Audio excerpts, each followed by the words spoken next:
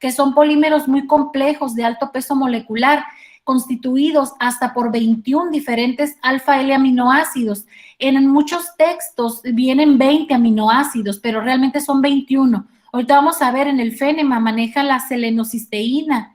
Es otro aminoácido. ¿Cómo saber si es un nuevo aminoácido o no es un derivado de los básicos o de los primarios, verdad? Bueno, les adelanto algo, ¿verdad? Los aminoácidos están codificados por tripletes o codones en el ADN. Entonces, ¿cómo saber si es un aminoácido primario? Pues debe tener un triplete o codón que lo codifica en el ADN, ¿verdad? Y la selenocisteína se descubrió pues que sí existe, sí está codificada en el ácido nucleico y por lo tanto se considera un aminoácido primario, al igual que los 20 que hemos estudiado siempre, ¿verdad? Bueno, los podemos abreviar como AA, ¿verdad? AA con punto. Cuando ya están presentes en las proteínas, se les da el nombre de residuos aminoacídicos, por eso también los pueden encontrar como en los textos, como residuo aminoacídico, pero prácticamente nosotros lo vamos a manejar como aminoácido para no confundirnos tanto, ¿verdad? Bueno, estos aminoácidos se unen por enlaces peptídicos, que son enlaces amida, entre el grupo amino de uno y el grupo carboxílico o el carboxilato del aminoácido adyacente, ¿verdad? Ahora, ¿cuál es la diferencia entre proteínas y péptidos? Seguramente ustedes han escuchado mucho el término de péptidos. Bueno, los péptidos son la misma estructura de las proteínas, son formados por aminoácidos, pero mucho menos, ¿verdad? Cantidad de aminoácidos. Son polímeros de entre 50 y 100 aminoácidos unidos por enlaces peptídicos, ¿verdad? Los péptidos pueden ser oligopéptidos, que son aquellos con menos de 10 aminoácidos, y pueden ser dipéptidos formados por 2 aminoácidos, tripéptidos, tetrapéptidos, etcétera, ¿verdad?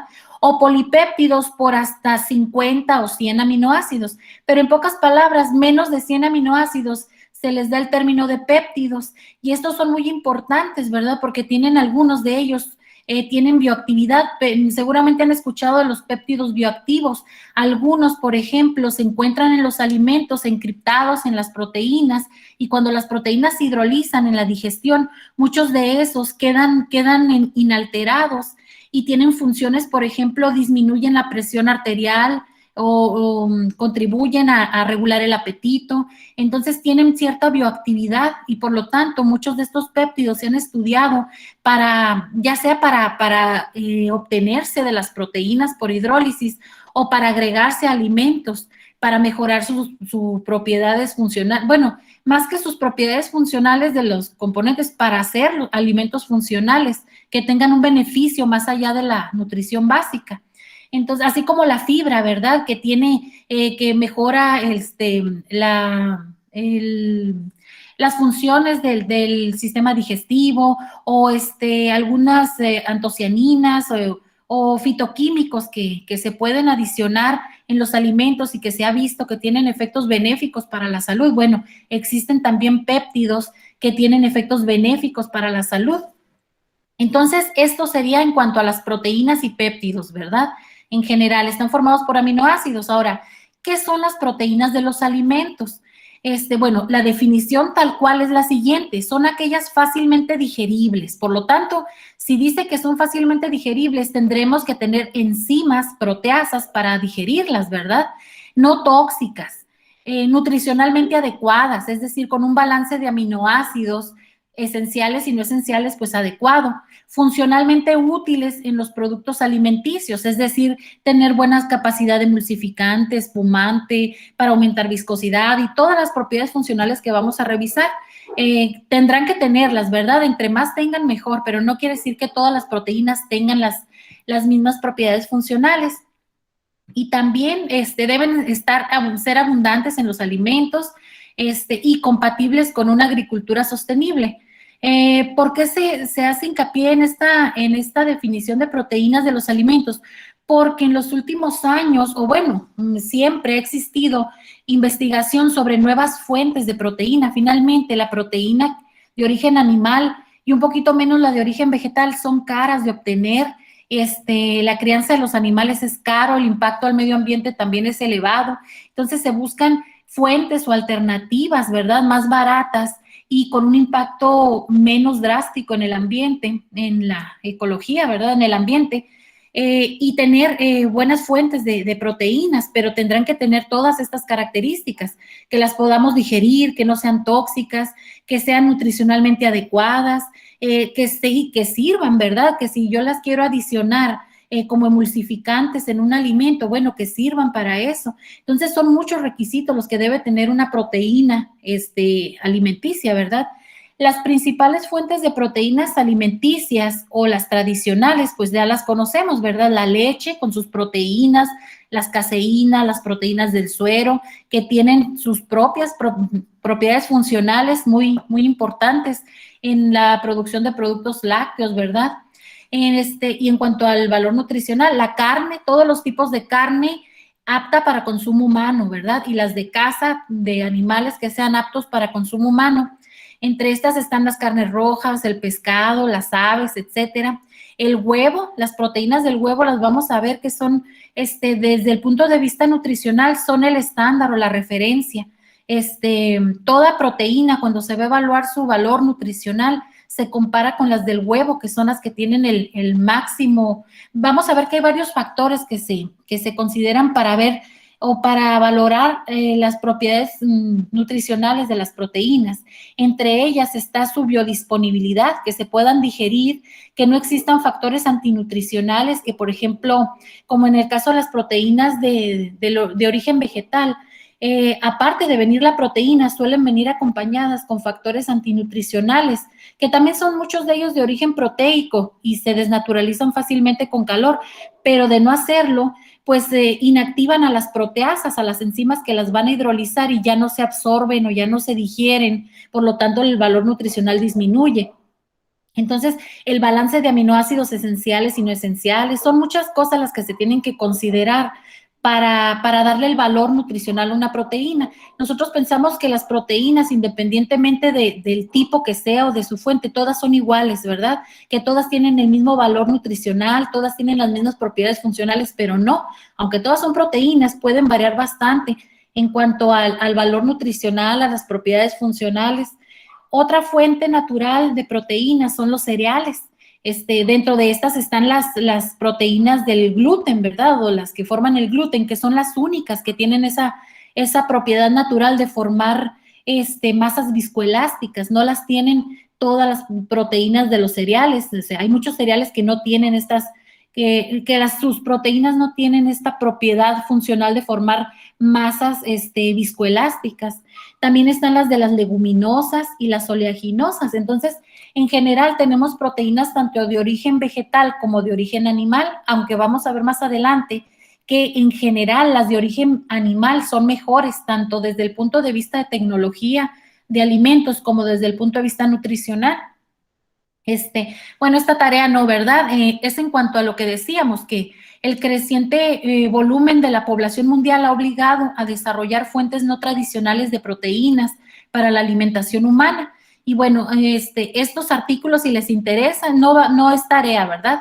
Pero si les interesa leer un poquito más sobre fuentes no convencionales de proteínas, pues es algo interesante, ¿verdad? Y cada vez más se buscan estas fuentes como alternativas a las que ya están, pero como decíamos ahorita, tienen que cumplir varios requisitos, ¿verdad? Entonces, los insectos, pues son una fuente no convencional de proteínas que se ha estudiado por muchos años, ¿verdad? Ya habrá insectos que sí tengan proteínas que valga la pena, ¿verdad?, de estudiar o que se pueden utilizar por sus propiedades funcionales, pero pues hay que checar muchas cosas, ¿verdad? Toxicidad y otras, el valor nutricional. Entonces, bueno, están estos artículos por si les interesa. Bueno, en cuanto a la clasificación de las proteínas, tenemos varios criterios para clasificarlas. Primero, por su composición, ¿verdad? Pueden ser homoproteínas o proteínas simples y heteroproteínas o proteínas conjugadas.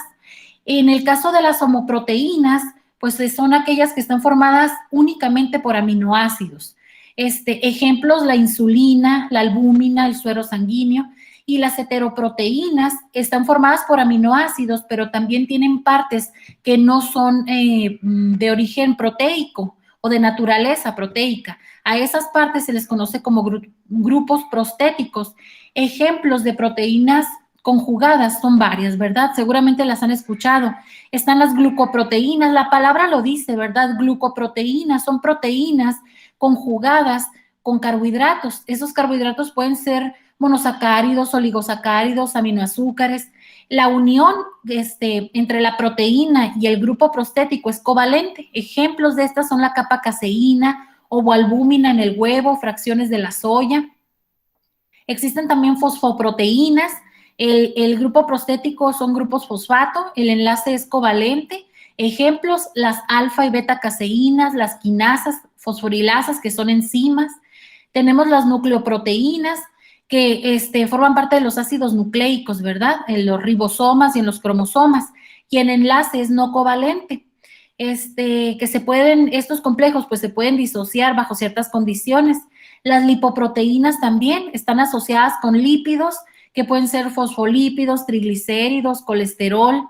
El enlace es no covalente, ejemplos, proteínas de la yema del huevo, diversas proteínas plasmáticas, y las metaloproteínas, por ejemplo, las más importantes o las que conocemos más en cuanto a carnes, ¿verdad? Son la hemoglobina y la mioglobina, encargadas del color o el pigmento o el color rojo de la carne. También diversas enzimas. Iones metálicos que están unidos a esas proteínas, pues son el cobre, el hierro, y el enlace del grupo prostético con la proteína es no covalente.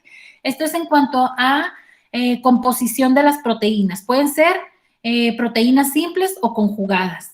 Después, en cuanto a la forma o organización estructural, pueden ser globulares y fibrosas. Las globulares, pues como la palabra lo dice, ¿verdad? Tienen formas esféricas o elipsoidales generadas por el plegamiento de la cadena polipeptídica o las cadenas polipeptídicas sobre sí mismas. Más adelante vamos a ver por qué algunas proteínas no es que opten, ¿verdad? Pero tienen estas formas globulares y otras tienen las formas fibrosas. Tiene que ver con el tipo de aminoácidos que tienen, si son polares o no polares, y cómo están la secuencia de esos aminoácidos en la cadena polipeptídica. Ejemplos de proteínas globulares están las enzimas, la hemoglobina, inmunoglobulinas, insulina. En cuanto a las fibrosas, tienen formas generadas por la unión de varias cadenas polipeptídicas a lo largo de un eje recto, pero también por la polimerización lineal de pequeñas proteínas globulares.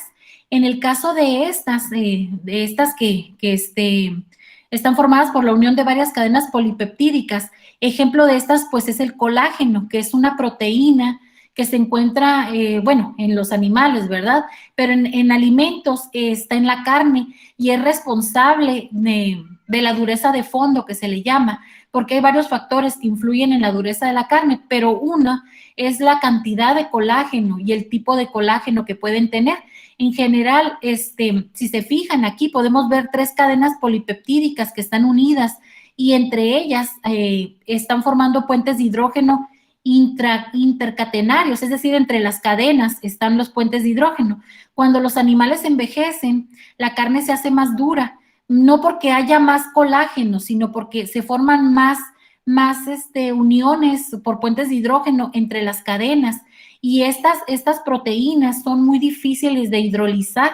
Entonces las carnes que son altas en colágeno o en tejido conectivo que contiene colágeno, generalmente las utilizan, no las pueden vender como carne fresca porque es carne muy, muy dura y eso baja la calidad, ¿verdad? Entonces se hacen pues embutidos o carne, ¿cómo se llama? Carne molida. Entonces, bueno, se le da menos valor, ¿verdad? Podríamos también pensar que el colágeno, dice uno, bueno, ¿qué tiene? ¿Cuál es el problema, verdad? El colágeno también es proteína, por lo tanto, es de la misma, una carne que tiene mucho colágeno, desde el punto de vista nutricional, tiene la misma calidad que una carne que es músculo esquelético. Y eso no, porque vamos a ver que el colágeno principalmente está formado por glicina y prolina, que son 2 aminoácidos que no son esenciales, es decir, que el cuerpo los sintetiza en cantidades suficientes. Entonces, si bien es cierto, son aminoácidos, pero son no esenciales. Entonces, lo crítico está en los esenciales, en los que tenemos que obtener de la dieta, ¿verdad? Entonces, como esta proteína no es rica en aminoácidos esenciales, por el contrario, es rica en aminoácidos no esenciales, pues se considera una proteína de baja calidad nutricional también, ¿verdad? Entonces, bueno, se puede hidrolizar por enzimas, con ácidos, por eso muchas de las carnes que tienen cantidades importantes de colágeno se pueden marinados con vinagres o con pHs ácidos para lograr un poco de hidrólisis, ¿verdad? En este es el caso de las proteínas fibrosas, donde se forman por la unión de varias cadenas polipeptídicas, pero existen otras que decíamos acá, formadas por la polimerización lineal de pequeñas proteínas globulares. Este es el caso de la actina o de la fibrina. Aquí tenemos un miofilamento delgado de actina, si se fijan. Todas estas bolitas verdes o azules que vemos aquí son proteínas polimerizadas y forman a su vez una proteína o una cadena, sí, una proteína formada por varias proteínas unidas y que en general pues da una estructura fibrosa. Entonces, estas son las proteínas fibrosas. También las proteínas de la actina, la fibrina se encuentran en la carne, ¿verdad? Por función biológica, de todos los componentes de los alimentos, de las que tienen mayores funciones en el organismo, pues son las proteínas, por eso son tan importantes desde el punto de vista nutricional. Son anticuerpos, algunas de ellas son anticuerpos como las inmunoglobulinas, son enzimas, todas las enzimas son proteínas. Y ustedes saben que los organismos vivos sin las enzimas no son nada, ¿verdad? Están vivos o todos los procesos bioquímicos, todo el metabolismo, se lleva a cabo gracias a las enzimas, que son proteínas. Entonces, desde ahí, ¿verdad? Algunas de ellas son hormonas, como la insulina, la hormona del crecimiento. Todas tienen propiedades nutricionales. Bueno, decíamos que unas mejor que otras, ¿verdad? Ahorita vamos a ver por qué. Porque si una proteína es rica en aminoácidos no esenciales, pues su valor nutricional no es tan bueno como una que sea rica en aminoácidos esenciales, es decir, aquellos que no sintetiza el organismo. Entonces, las propiedades nutricionales, acuérdense que el cuerpo humano, después del agua, las proteínas son lo que más forma parte de la estructura, ¿verdad? Y esas, pues, las proteínas se forman de aminoácidos y esos aminoácidos se tienen que obtener de algún lado. Los esenciales se obtienen de los alimentos, entonces es importante una buena fuente de proteínas, ¿verdad? Un buen aporte de proteínas de buen valor nutricional. También hay proteínas contráctiles en el caso de la miosina, en el músculo, la actina, la tubulina, todas estas pues forman parte después de la carne, ¿verdad? Que es el alimento. En el caso de las proteínas estructurales en células de organismos complejos como el colágeno, la queratina, elastina, resilicina, resilina, las proteínas protectoras, algunas proteínas son toxinas o alérgenos, ¿verdad? Y forman parte del mecanismo de defensa para la supervivencia de ciertos microorganismos y animales. Están entre ellas la beta-lactoglobulina, ovoalbúmina, la toxina botulínica, el veneno de alacrán, los priones, que son los responsables de la enfermedad de las vacas locas, que son proteínas de muy bajo peso molecular. Entonces, pues también es mal formadas, creo que ahí hay problemas en la formación. Entonces, pues ocasionan este problema, ¿verdad? De encefalopatía espongiforme bovina. Entonces, por eso es que se ha prohibido o se prohibió, ¿verdad? Es muy dado de que se dice que de los animales todo se aprovecha. Entonces, la sangre, los tejidos que no se venden como alimentos en ocasiones se hacen harinas y se utilizan para alimentos para animales, pero este es un problema, ¿verdad? Alimentar animales, no sé, vamos a suponer que las vacas, que lo que se obtiene, lo que no se utiliza como alimento de una vaca, se hace harina, se utiliza para alimentar a otras vacas, por ejemplo. Entonces hay un poco, alguna vez leí algo, pero no me crean mucho, ¿verdad? Que está muy asociado a lo de los priones con algo de canibalismo, cuando se comen entre las mismas especies. El caso es que está prohibido, ¿verdad? Por esta enfermedad, alimentar animales con subproductos derivados de la misma especie. También tenemos las proteínas de reserva, todas las ovoalbúminas, las proteínas de las semillas, cuando son fuentes de nitrógeno y de aminoácidos para las semillas en germinación o para los embriones en el caso de del huevo. Entonces, eso también es importante, ¿verdad? Por ejemplo, alguna vez les comentaba que se hizo, creo que algún estudio donde querían aumentar la biodisponibilidad de metionina, que es un aminoácido esencial de los cereales, del maíz, entonces, y de frijol y garbanzo, tenían algunas fuentes de proteínas, pero las sometían a una germinación previa a su procesamiento. Y en esa germinación, pues como decíamos, se dispara la síntesis de ciertas enzimas que hidrolizan proteínas, carbohidratos, y entre las proteínas pues se hidrolizaban las de la semilla y eso afectaba bastante después al producto, ¿verdad? Porque acuérdense de la reacción de Maillard, que se requieren azúcares simples y aminoácidos de preferencia o grupos amino provenientes de aminoácidos principalmente. Entonces estaban haciendo unos totopos y el caso que la masa que se obtenía de harinas germinadas, era muy pegajosa, muy chiclosa, absorbía poca agua y era muy quebradiza después.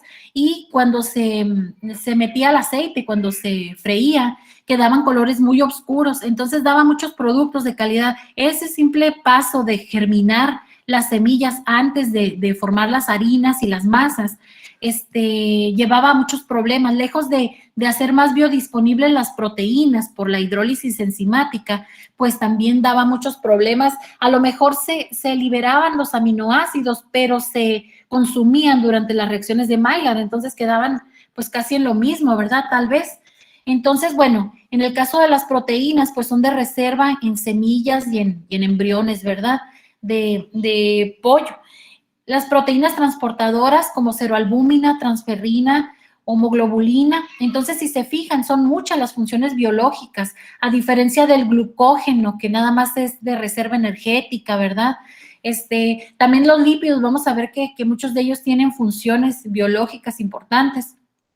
En cuanto a solubilidad, es otro parámetro muy importante para determinar qué tan útiles son en ciertos procesos las proteínas.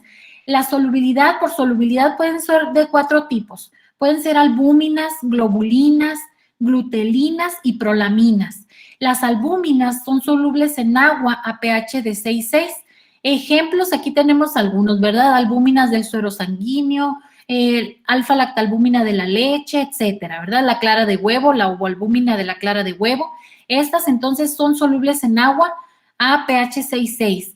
Después tenemos las globulinas, que son solubles en soluciones salinas diluidas y pH 7. Ejemplos están la miosina de la carne, las beta-lactoglobulina de la leche y varias, ¿verdad? También tenemos algunas de cereales o de origen vegetal, como la glicina de la soya, araquinina y con araquinina del cacahuate. La faciolina es del frijol, también se encuentra en los ejotes. Y también muchas enzimas, ¿verdad? Son globulinas, es decir, son solubles en soluciones salinas diluidas. Tenemos las glutelinas, que son solubles solo en soluciones ácidas o alcalinas, ¿verdad? Ejemplos, muchas de las proteínas de origen vegetal son de este tipo, glutelinas y prolaminas. Bueno, estas son solubles en soluciones ácidas, pero con pHs muy, muy extremos, ¿verdad? pH de 2 o pH de 12. Y tenemos ejemplos, las glutenina del trigo, la oricenina del arroz o las prolaminas, que son solubles en etanol al 70%. Están la ceína del maíz, la gliadina del trigo. Tanto las glutelinas como las prolaminas son muy hidrofóbicas, entonces son poco solubles. Y las del gluten son de este tipo, son tipo glutelinas y prolaminas. Las proteínas del gluten son de este tipo. Por eso es que cuando ustedes, no sé si se los había comentado, cómo separar el gluten, ¿verdad? Se mezcla agua con harina en cierta proporción, se amasa, se forma la masa y después esa masa se lava bajo el chorro de agua y nos va a quedar al final todo lo soluble se va a ir, ¿verdad? Almidón, proteínas hidrosolubles y nos va a quedar una masa pegajosa, chiclosa, que no se disolvió en agua. Bueno, ese es el gluten, ¿verdad? Y ese es el principal responsable de la formación de las masas viscoelásticas, que son pues esenciales en la panificación y en muchos productos de panificación. Esto es en cuanto a la clasificación de las proteínas, ¿verdad? Ahora vamos a empezar con los aminoácidos, con ciertas propiedades de los aminoácidos que finalmente las proteínas son reflejo, las propiedades físico-químicas, químicas, la reactividad, las propiedades funcionales de las proteínas son reflejo de los aminoácidos que las forman y de la secuencia de estos aminoácidos. Si una proteína es muy rica en aminoácidos no polares, pues la proteína en general va a ser hidrofóbica, ¿verdad? O si es rica en aminoácidos polares, iónicos, pues va a tener mucha afinidad con el agua y va a ser muy hidrofílica. Entonces, y eso pues va a cambiar bastante las propiedades funcionales de las proteínas. Entonces, bueno, los aminoácidos, bueno, son las unidades estructurales de las proteínas de origen natural. Los aminoácidos que forman los 21 aminoácidos que forman las estructuras de las proteínas de origen natural o las nativas, son alfa L aminoácidos. Ahorita vamos a ver por qué alfa y L, ¿verdad? También se les conoce a estos 21 aminoácidos como aminoácidos primarios. Se abrevian como AA. Están codificados en el material genético y, bueno, todos los aminoácidos tienen esta estructura. Tienen un grupo carboxilo, que es ácido, un grupo amino, que es básico, el carbono alfa, que es el adyacente al grupo carboxilo, y un grupo R, ¿verdad? O radical o cadena lateral, que es la parte que varía entre los aminoácidos. Todos tienen esto en común, pero el grupo R es el que puede variar y es el que le da el sello al aminoácido o el que le da las propiedades, ¿verdad? Bueno, el átomo de carbono alfa, como pueden ver ustedes, excepto en la glicina, es quiral. ¿Por qué? Porque tiene 4 grupos diferentes unidos al carbono. Por lo tanto, al igual que los monosacáridos, ¿se acuerdan que por la presencia de carbonos, carbonos estereogénicos, pues las proteínas, en este caso los aminoácidos, al igual que los monosacáridos, tienen actividad óptica, desvían el plano de la luz polarizada hacia la derecha o hacia la izquierda, es decir, son dextrorrotatorios o levorrotatorios, ¿verdad?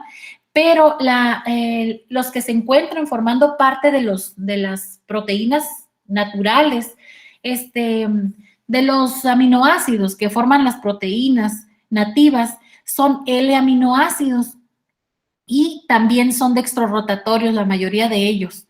Levorrotatorios, perdón. Entonces, dextrorrotatorios. Son L-aminoácidos y son dextrorrotatorios. Desvían el plano de luz polarizada hacia la derecha, ¿verdad? Bueno, decíamos ahorita que lo que es diferente entre los aminoácidos es la cadena lateral o grupo R, ¿verdad? Confiere al aminoácido varias propiedades, por ejemplo, su carga neta, la solubilidad. Si ese grupo R es iónico o tiene capacidad de formar puentes de hidrógeno con el agua, pues va a ser soluble en agua y si no insoluble, ¿verdad?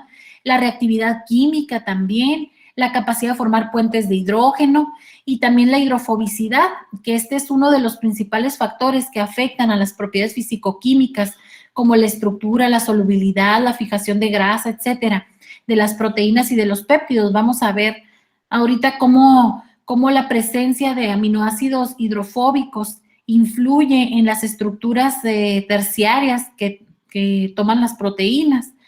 Bueno, ¿cómo se clasifican los aminoácidos? Bueno, con base en los requerimientos del organismo, lo que mencionábamos ahorita, pueden ser esenciales o indispensables y no esenciales o no indispensables. En el caso de los esenciales, pues deben obtenerse de la dieta, ya que el cuerpo no los sintetiza. Por eso es que es muy importante las fuentes de proteínas ricas en aminoácidos esenciales desde el punto de vista nutricional, porque ya vimos todas las funciones que tienen las proteínas en el cuerpo humano, ¿verdad? Y requerimos alimentos ricos en aminoácidos esenciales, porque pues se requiere sintetizar todas esas proteínas para que lleven a cabo todas esas funciones. Entonces, por eso, en general, las proteínas de origen animal son ricas en aminoácidos esenciales. Entre más parecida sea la proteína a nuestras proteínas, a nuestro cuerpo, pues más nos van a servir, ¿verdad? Van a tener específicamente los aminoácidos que constituyen nuestras proteínas. Por ejemplo, las proteínas del músculo de una vaca, la miosina, la actina, son prácticamente iguales a las que forman nuestros músculos o las del ser humano, ¿verdad? Entonces, al nosotros consumir proteínas musculares, esqueléticas, pues estamos dando un aporte de aminoácidos esenciales que se requieren y que necesitamos para la construcción de nuestras propias proteínas. Entonces, por eso, las fuentes no todas las proteínas son ricas en aminoácidos esenciales. Estamos diciendo que en general las que tienen más y más variados, pues son las de origen animal. Por eso las dietas veganas o 100% vegetarianas, pues hay que hacer una combinación mayor de alimentos para lograr un aporte adecuado, suficiente y variado de aminoácidos esenciales que con pocos alimentos de origen animal se logra. La leche tiene un buen balance, la carne, el huevo, ni se diga. Entonces, lo adecuado, lo ideal, pues sería combinar alimentos, ¿verdad? Claro, siguiendo la pirámide del buen comer o el plato del buen comer y todo esto, pero sí, si es posible no privarse de proteínas de origen animal, ¿verdad? Y si se va a consumir solamente de origen vegetal, pues hacer una muy buena combinación para que no haya carencia de aminoácidos esenciales. También en este caso los esenciales son pocos, ¿verdad? Son la arginina, la fenilalanina, histidina, isoleucina, leucina, lisina, metionina, etcétera, ¿verdad? En cuanto a los aminoácidos no indispensables, pues no hay tanto problema porque el organismo los va a sintetizar en una cantidad suficiente a partir de carbohidratos o de otras fuentes, ¿verdad? De carbono y de nitrógeno, de las mismas proteínas que se digieren. Entonces, estos pues también son el ácido aspartico, el ácido glutámico, la alanina, asparagina, cisteína, glicina, glutamina, prolina, serina, tirosina. ¿Sí? Ahora, con base en el grado de interacción de R con el agua, esto es importante para la funcionalidad de las proteínas, ¿verdad? Están o se clasifican en aminoácidos hidrofóbicos que tienen limitada solubilidad en agua y los aminoácidos hidrofílicos con alta solubilidad en agua. ¿Por qué decimos limitada y no insolubles en agua? Acuérdense que los aminoácidos, todos los aminoácidos tienen, cuando están como aminoácidos, ¿verdad? Tienen grupos polares, que sería el grupo carboxilo y el grupo amino, que pueden formar puentes de hidrógeno con el agua. Entonces, aunque el aminoácido tuviera un grupo R no polar, de todos modos, si están libres estos dos grupos, pueden formar puentes de hidrógeno. Por eso se dice que tienen solubilidad limitada en el agua. Y otros que tendrán esos mismos grupos y aparte el grupo R es polar o iónico. Entonces, regresando a la clasificación, de acuerdo a la interacción del grupo R con el agua, pueden ser hidrófobos o hidrófilos, ¿verdad? En cuanto a los aminoácidos hidrofóbicos, tenemos los aminoácidos alifáticos, donde el grupo R es un alcano o un hidrocarburo alifático, y tenemos los aminoácidos aromáticos, que el grupo R es un grupo aromático que contiene o posee un anillo de benceno. En el caso de los aminoácidos hidrofílicos o de alta solubilidad en agua, tenemos los polares, donde el grupo R no tiene carga a pH 7 y forma puentes de hidrógeno con el agua, o pueden ser aminoácidos básicos, donde el grupo R tiene carga positiva a pH neutro o 7, y los ácidos que tiene carga, R tiene carga negativa a pH neutro. Entonces, estos serían la clasificación en función de la interacción que hay entre la cadena lateral de los aminoácidos y el agua.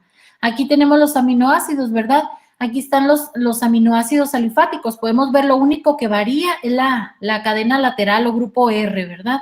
Aquí tenemos la prolina, que tiene este anillo de pirrolidina, y la glicina. Son los dos aminoácidos que abundan en el colágeno que decíamos, ¿verdad? Si se fijan, son no esenciales.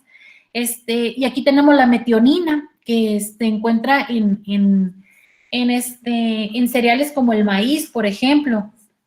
Entonces, este sí es esencial.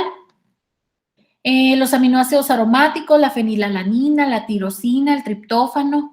Entre los hidrofílicos polares, es decir, que no tienen una carga como tal a pH 7, pero forman puentes de hidrógeno, tenemos la asparagina, la glutamina, la serina, la treonina, la cisteína, que es muy importante con su grupo sulfidrilo, y aquí está la selenocisteína que les comentaba, que es el aminoácido, pues, 21, podríamos decir, aunque no hay un número, ¿verdad? Pero es la selenocisteína, que también está codificada en el ADN. Tenemos los aminoácidos básicos, si se fijan, tienen una carga positiva a pH 7 en la cadena lateral. Más adelante vamos a ver que ya en una proteína, el grupo carboxilo y el grupo amino están formando enlaces covalentes, ¿verdad? Entonces, por lo tanto, ya no están como estos, sino están formando enlaces peptídicos y los únicos disponibles, pues son los grupos con carga de las cadenas laterales o los grupos R. Entonces, aquí tenemos los aminoácidos básicos y estos son esenciales, ¿verdad? Aunque dice aquí que la arginina y la histidina solo son esenciales en niños. Pero bueno, están dentro de los esenciales. Y finalmente tenemos los aminoácidos ácidos, los cuales tienen carga negativa a pH 7, ¿sí? Y ambos son no esenciales. También tenemos, estos son los que acabamos de ver, son los aminoácidos primarios, los que están codificados en el ADN, ¿verdad? Y tenemos también aminoácidos derivados. Estos son aminoácidos derivados de los anteriores y pues forman las proteínas conjugadas, algunos de ellos, y se pueden producir por enlaces cruzados entre dos o más aminoácidos. Este es el caso de la cistina, que es muy importante. Aquí tenemos dos cisteínas que por oxidación forman enlaces disulfuro, pero también si hay una reducción vuelven a formarse los sulfidrilos, ¿verdad? Este tipo de enlaces se dan mucho y son muy importantes en la reticulación de las proteínas del gluten en las masas panarias. Acuérdense que todos los geles, las redes, necesitan puntos de contacto, ¿verdad?, entre los polímeros que estén formando esa red. En el caso del gluten, vamos a ver más adelante cómo estos puentes estos enlaces disulfuro, que son enlaces covalentes, ayudan a que se unan las proteínas que forman esa red tridimensional, ¿verdad?, y ayudan a mejorar las propiedades de las masas o del pan, en este caso. Acuérdense que entre más puntos de contacto haya y estables, pues va a haber una mejor red, más estable, y va a quedar atrapado mejor el CO2 que se produce durante la fermentación. Y bueno, en este caso, a este compuesto formado por el enlace por la oxidación, ¿verdad?, de dos grupos sulfidrilo, se le conoce como cistina, al producto de la oxidación de las unidades de cisteína, de dos unidades de cisteína. También están otros, ¿verdad?, la desmosina, isodesmosina, etcétera. Y también tenemos derivados simples de un solo aminoácido. Por ejemplo, la 4-hidroxiprolina, 5-hidroxilicina, que forman parte del colágeno.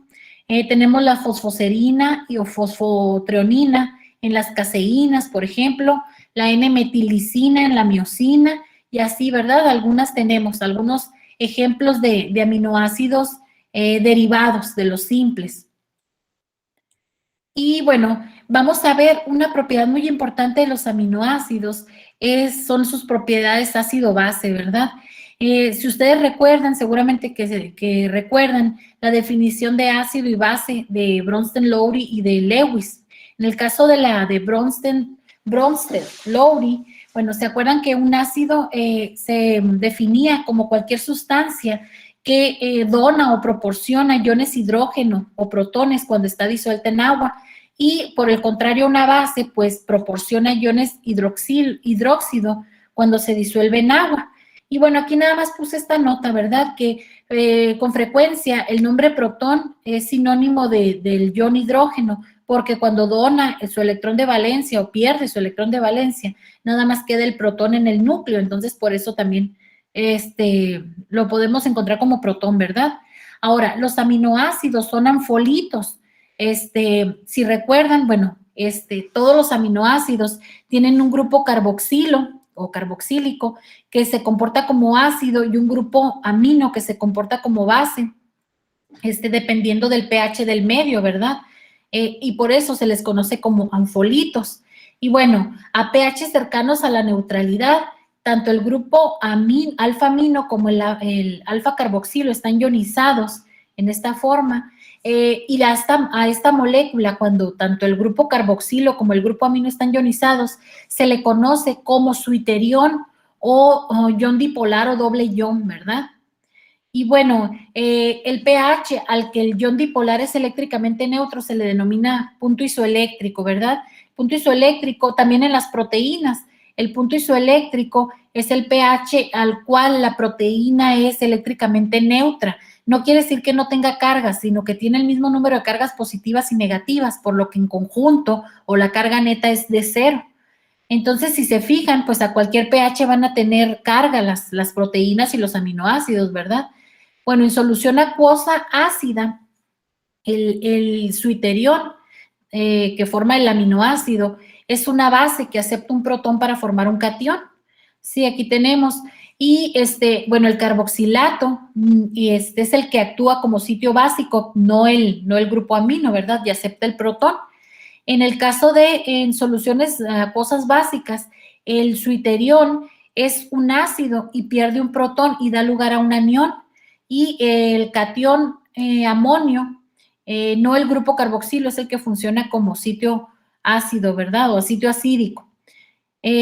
Aquí podemos ver que a cualquier pH, esto es importante, ¿verdad? A cualquier pH, las proteínas, los aminoácidos y específicamente las proteínas van a tener carga. Bueno, aquí hay cargas, pero la carga neta es 0, ¿verdad? El pH al cual tenemos el suiterión o es neutro, es el punto isoeléctrico. Por debajo del punto isoeléctrico vamos a tener la forma catiónica o protonada. Sí, tendrá pues carga positiva, carga neta positiva. Y por arriba del punto isoeléctrico vamos a tener la forma aniónica o no protonada, con carga negativa en general, igual en las proteínas, ¿verdad?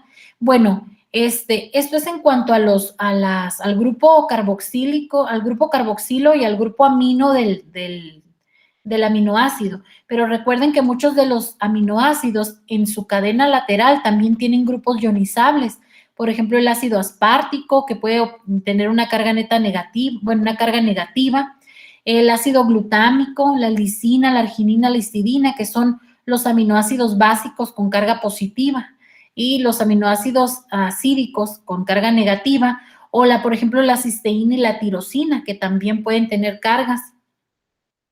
En el caso de las proteínas, bueno, los grupos alfa-carboxilo de un aminoácido se unen o se condensan, ¿verdad? Con el grupo amino de otro aminoácido, se pierde una molécula de agua y tenemos el enlace peptídico, ¿verdad? Al extremo, bueno, esto lo vamos a ver más adelante en los péptidos y en las proteínas, que al extremo carboxilo también se le conoce como extremo carboxilo terminal o C-terminal, y por convención se inicia con el extremo amino terminal o N-terminal. Esta tarea tampoco se va a hacer, ¿verdad? ¿Cómo se calcula el punto isoeléctrico para aminoácidos que no tengan grupos cargados, aminoácidos diácidos o aminoácidos dibásicos? Y la ecuación de Henderson-Hasselbalch. Si tienen oportunidad de leer algo sobre esto, pues sería bueno, chicos. Bueno, las estructuras de las proteínas. Esto es en cuanto a los aminoácidos, ¿verdad? Entonces, las estructuras de las proteínas. Las proteínas, pues, pueden presentar 4 niveles de estructura, que es la estructura primaria o la secuencia simple de los aminoácidos, ¿verdad? La estructura secundaria, la terciaria y algunas tienen cuaternaria. No todas las proteínas tienen estructura cuaternaria, pero todas van a tener estructura terciaria, secundaria y primaria. La estructura primaria, bueno, ¿qué es? Consiste en el orden en el que se encuentran unidos los aminoácidos en la cadena polipeptídica, ¿verdad? La secuencia lineal, tirosina, guanina, perdón, glicina, fenilalanina, todos en la secuencia de estos aminoácidos. Esa secuencia es dictada por el ADN del gen que codifica, ¿verdad? Y bueno, la longitud de la cadena y la secuencia de los aminoácidos determinan las propiedades fisicoquímicas, la estructura secundaria y terciaria de las proteínas, estas funciones biológicas y funcionales en el alimento también. Y los aminoácidos se unen en forma covalente a través de los enlaces amida, conocidos como enlaces peptídicos. Aquí tenemos un aminoácido, donde el grupo carboxilo reacciona con el grupo amino, se pierde una molécula de agua y se forma el enlace peptídico, ¿verdad? Que es un enlace amida. Y bueno, aquí tenemos, entonces la estructura primaria, solo nos referimos a la secuencia de los aminoácidos, ¿verdad? Leucina, fenilalanina, serina, cisteína, etcétera. Y eso está dictado por el código genético. Aquí tenemos otro esquema donde cómo los aminoácidos se unen, el grupo carboxilo de uno se une con el grupo amino de otro formando el enlace peptídico, ¿verdad? Se pierde una molécula de agua. Aquí tenemos el extremo amino terminal o N-terminal y el extremo carboxilo terminal o C-terminal. A esta unidad se le conoce como unidad peptídica, ¿verdad?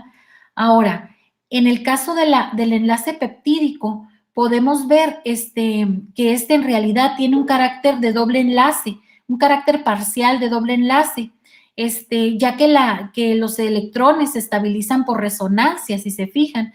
Entonces, esta propiedad o esta característica parcial de doble enlace le da ciertas propiedades al enlace peptídico, como por ejemplo la limitada rotación del enlace peptídico a un máximo de 6 grados, que es el ángulo omega, ¿verdad? Entonces, el hecho de que los electrones se estabilizan por resonancia y que tienen un carácter parcial de doble enlace, hace que tenga una rotación limitada. Y bueno, en virtud de esta limitación, pues cada segmento, vamos a verlo aquí, cada segmento de 6 átomos del carbono, del grupo carbonilo, el carbono alfa y después el nitrógeno con el hidrógeno y el otro carbono alfa, caen en un mismo plano.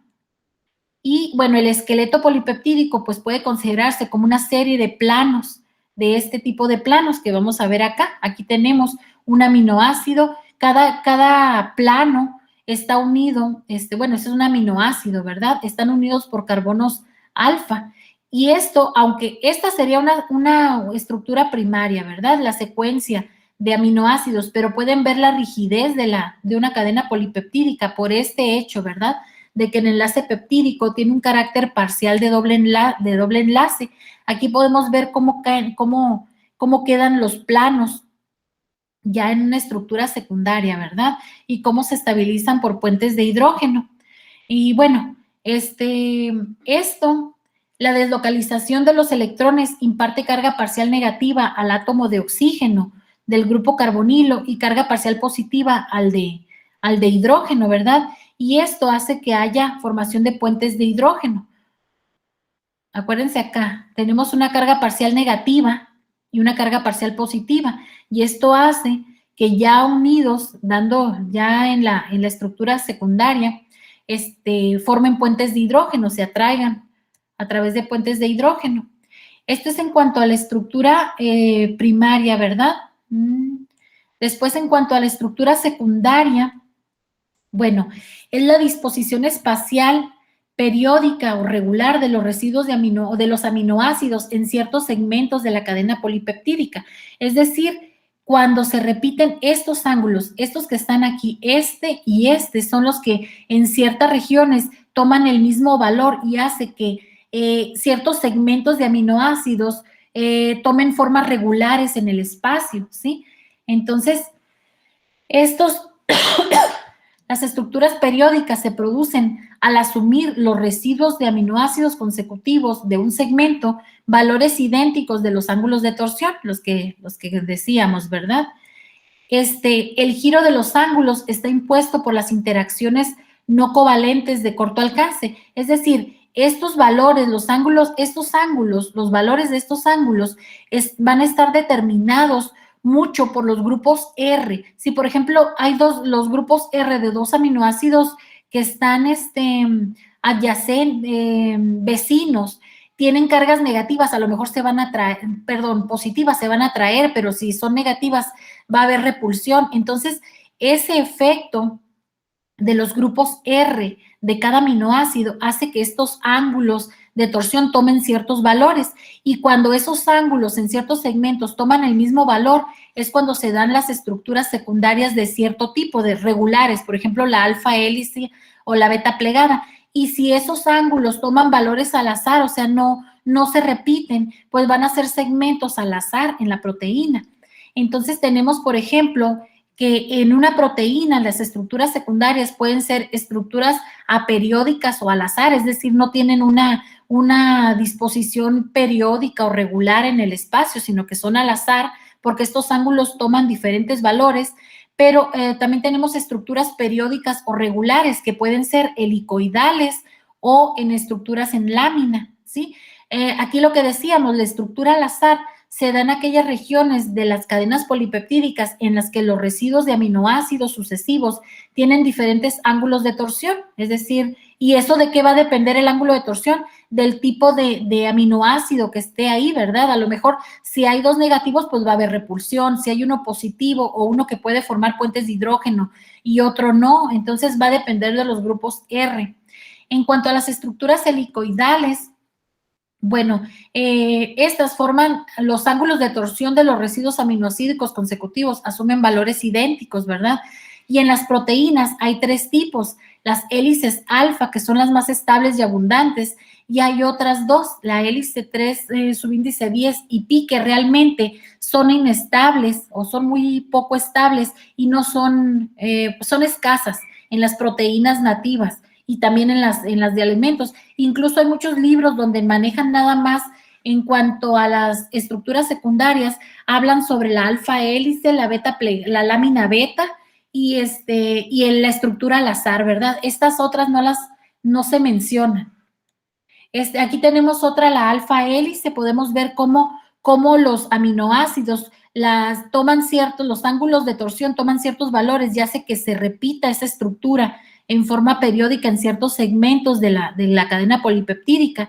Y la estructura secundaria, si se fijan, está estabilizada por puentes de hidrógeno formados entre el grupo carbonilo de un aminoácido y con el hidrógeno del nitrógeno que está abajo. Acuérdense que tiene una carga parcial negativa y una carga parcial positiva. Entonces, los puentes de hidrógeno podemos ver que son los principales fuerzas de atracción que estabilizan las estructuras secundarias. En este caso, la alfa hélice. Podemos ver que los puentes de hidrógeno son casi paralelos al eje de la cadena polipeptídica, ¿verdad?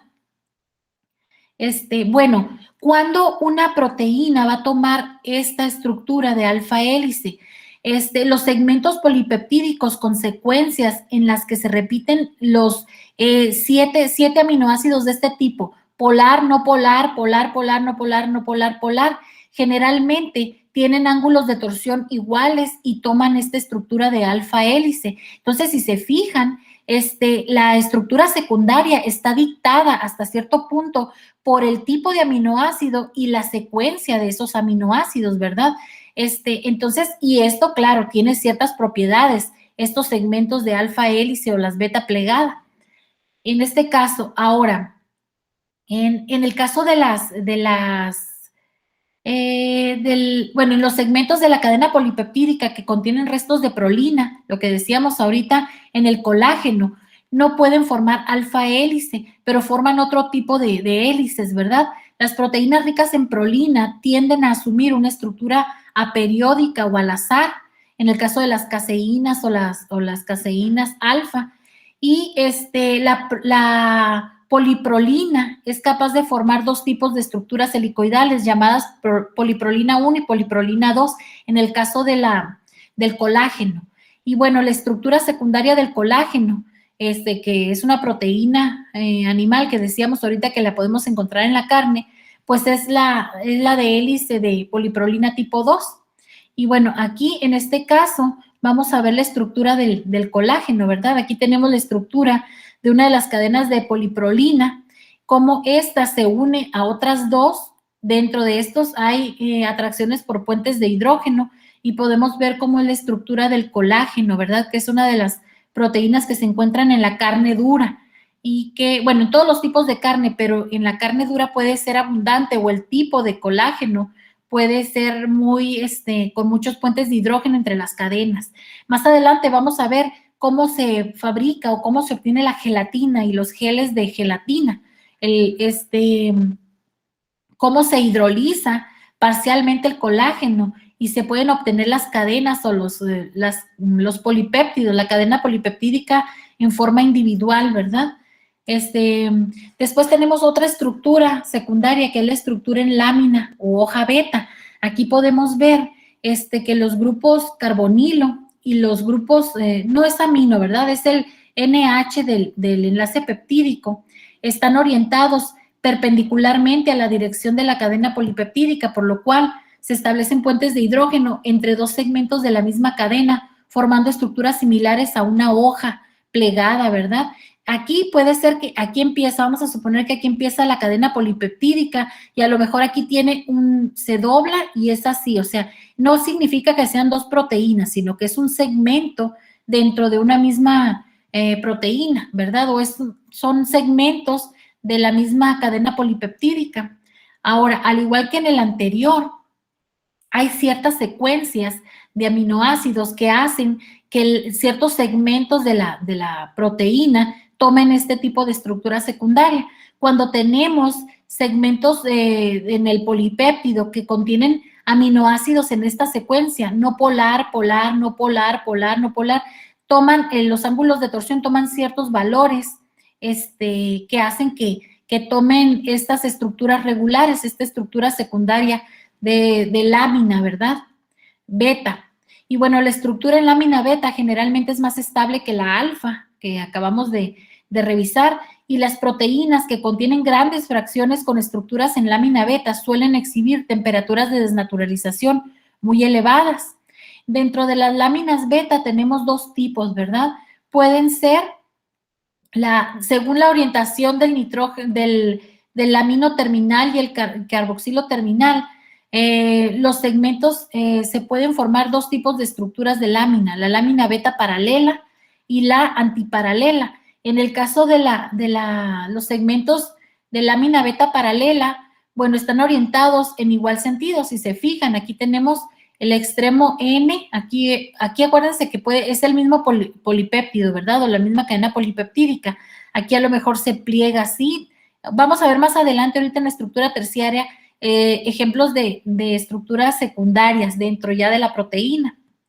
Y bueno, en este caso, si se fijan, los puentes de hidrógeno formados entre el carbonilo, el hidrógeno y el nitrógeno, tienen cierto ángulo, ¿verdad?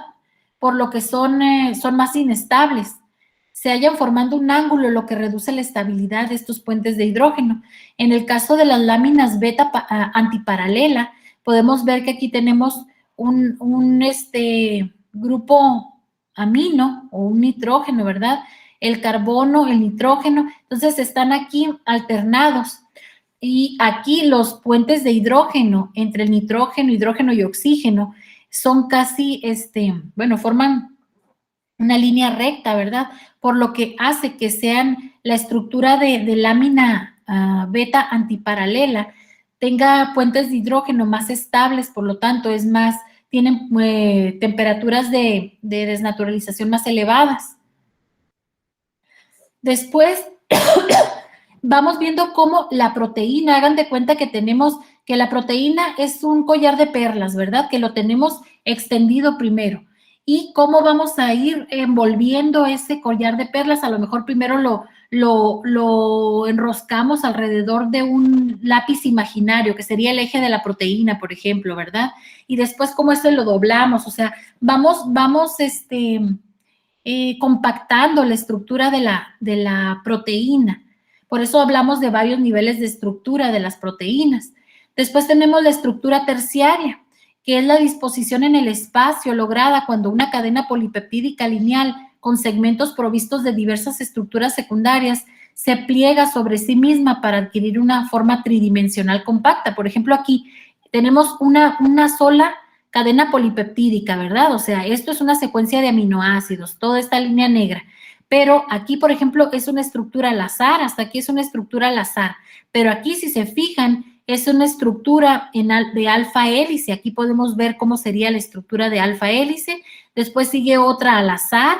Y después aquí tenemos una beta plegada. Por eso les comentaba ahorita que es la misma que la beta plegada está dada. Aquí, si se fijan, esto que estoy marcando aquí sería este segmento del polipéptido.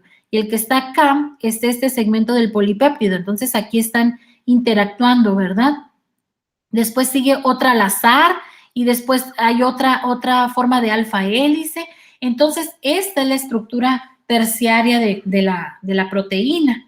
Sí, bueno, la mayoría, en este caso, las estructuras terciarias ¿por qué tienen las formas que tienen las proteínas? Porque la forma que tienen, la forma nativa, es la que energéticamente es la más estable. Lo que hace la proteína en un ambiente acuoso es orientar hacia la parte interna la mayor parte de los aminoácidos con cadenas laterales no polares, con las que veíamos ahorita, alifáticas, aromáticas, ¿verdad? Y en la parte externa, en contacto con el agua, aquí lo vemos en un plano, pero acuérdense que esto es tridimensional, ¿verdad? Hacia la parte externa orienta la mayor parte de los aminoácidos polares y iónicos que puedan interactuar con el agua, ¿verdad? A través de puentes de hidrógeno o interacciones ion-dipolo. Aquí tenemos otra forma de representar la estructura terciaria de las proteínas. En este caso, la proteína A es faseolina del frijol y beta-lactoglobulina. Aquí podemos ver, aquí tenemos a lo mejor el extremo N-terminal, ¿verdad? Y aquí vemos todo esto cuando no tiene nada más es una secuencia al azar. Los cilindros indican en las estructuras, estructuras secundarias de alfa hélice, ¿sí? Y las flechas nos indican estructuras de lámina beta. Entonces podemos ver cómo se representa la estructura secundaria de una. Aquí tenemos mejor visto dónde está el extremo amino inicial, ¿verdad? Y el amino terminal o el extremo N terminal y el carboxilo terminal o C terminal. Bueno, la forma de la molécula de proteína viene dictada por su secuencia de aminoácidos. Si una proteína, por ejemplo, contiene un gran número de aminoácidos polares o capaces de formar puentes de hidrógeno con el agua, generalmente donde están esos segmentos de aminoácidos polares va a adoptar formas fibrosas, fibrilares. Es una forma de aumentar el área de contacto o acomodar más aminoácidos, ¿verdad? Que puedan estar en contacto con el agua. En cambio, las proteínas ricas en restos hidrofóbicos o que no, los que veíamos al principio, ¿verdad? Hidrofílicos, como los aromáticos o como los que tienen alifáticos, van a tener formas globulares o esféricas. ¿Por qué? Porque estas formas le permiten tener en la parte central, lejos del contacto con el agua, los grupos no polares o sí, pues que no pueden interactuar con el agua y de esta forma disminuir la energía libre de Gibbs. Entonces, fíjense cómo el tipo de aminoácidos y la secuencia de aminoácidos va a dictar, entre otras cosas, las formas que toman las proteínas, ¿verdad? La mayoría, por ejemplo, de las enzimas son de tipo globular, ¿sí? Y muchas, por ejemplo, las de las estructurales, como las que veíamos ahorita, las de la carne, por ejemplo, las del músculo esquelético, son de tipo fibroso. Los dominios, ¿qué son? Bueno, dentro de una misma cadena polipeptídica podemos tener estructuras terciarias que se comportan como si estuvieran en forma independiente, ¿verdad? Tienen propiedades independientes, aunque esto es una misma cadena polipeptídica. Y a cada uno de estos segmentos de la cadena que tienen, que se comportan en forma independiente, se les conoce como dominios, ¿verdad? Y bueno, la estructura terciaria de algunas proteínas como la faseolina puede contener 2 o más dominios. y en el número de dominios de una proteína depende generalmente de su peso molecular. Proteínas pequeñas pues van a tener una sola cadena polipeptídica y por lo tanto un dominio, ¿verdad? Por ejemplo, la lisozima, la beta-lactoglobulina o la lactoalbúmina. Y por ejemplo, hay proteínas grandes como las inmunoglobulinas o la ceroalbúmina que contienen muchos dominios o varios dominios. Y finalmente tenemos la estructura cuaternaria, que no todas las proteínas la tienen, ¿verdad? Esta es la disposición espacial adoptada por una proteína que contiene más de una cadena polipeptídica. Aquí lo podemos ver a estas proteínas que tienen estructura cuaternaria, también se les conoce como oligómeros, ¿verdad? Y pueden ser dímeros, trímeros, tetrámeros, etcétera, dependiendo del número de monómeros que lo forman. ¿Esto qué es lo que nos representa? Esto nos representa dos cadenas polipeptídicas en sus estructuras terciarias. Ahorita lo vamos a ver mejor. Esto que está aquí nos indica una región. Vamos a ver que las proteínas, no sé si se me pasó comentarles, no creo que no. Las proteínas, acuérdense que las proteínas van a tener aminoácidos polares y no polares. No todas las proteínas tienen la misma cantidad de polares y no polares. Habrá proteínas que tengan más proporción de aminoácidos polares y otras que tengan mayor proporción de aminoácidos no polares, ¿verdad? Pero finalmente las proteínas solamente pueden ocultar o poner en la parte central menos del 30% de los aminoácidos no polares. Y el resto, ¿qué pasa con esos grupos R no polares? Quedan en la superficie, quedan en la superficie, formando regiones no polares sobre la superficie. Imagínense una como pelota con manchas, donde las manchas son regiones de aminoácidos formadas por secuencias de aminoácidos no polares. Por lo tanto, la proteína en la superficie va a tener áreas o manchas o regiones no polares y otras polares, ¿verdad? Bueno, cuando una proteína tiene en la superficie, esto sería una superficie hidrófoba o no polar, ¿verdad? Que está sobre la proteína. ¿Qué es lo que pasa cuando está en un ambiente acuoso? Acuérdense que si no puede ocultarlas en la parte central de la proteína y las tiene en la superficie, esto va a buscar unirse a otras partes no polares para estabilizarse y alejarse del agua, del medio, ¿verdad? ¿Qué es lo que pasa? Que esta proteína se une a otras a través de sus partes no polares y por lo tanto pueden formar dímeros, tetrámeros. Sí, por ejemplo, aquí tenemos la hemoglobina. La hemoglobina está formada por 4 monómeros, 2 son iguales y 2 diferentes. Sí, cada una de estas proteínas en la parte interna va a tener aminoácidos no polares, pero no todos los puede esconder en la parte interna y van a quedar partes en la superficie de la proteína, van a quedar zonas no polares. Entonces, ¿qué hace esto para estabilizarse? Se une a la parte no polar de otro monómero y a la parte no polar para estabilizarse, ¿verdad? De esta forma tenemos esta proteína, la hemoglobina, que es responsable del color rojo un poco en la carne, ¿verdad? Pero principalmente en la sangre. En la carne la mioglobina, que es muy parecida, es un dímero. Pero a lo que voy es que está formado por 4, es un tetrámero, formado por 4 monómeros, 2 iguales y 2 diferentes. En el caso de la hemoglobina tiene estructura cuaternaria, pero habrá proteínas que no tengan estas estructuras, que nada más es una sola cadena polipeptídica. Muchas de las proteínas tienen una sola cadena polipeptídica, ¿verdad? No 4, ni 3, ni 2. Entonces, la estructura cuaternaria de las proteínas, no todas las proteínas la presentan. La estructura primaria, secundaria y terciaria sí. Bueno, aquí era lo que les quería comentar, que cuando el contenido de aminoácidos hidrofóbicos de la proteína supera el 30%, es físicamente imposible formar una estructura que esconda todos los restos apolares en la parte central, ¿verdad?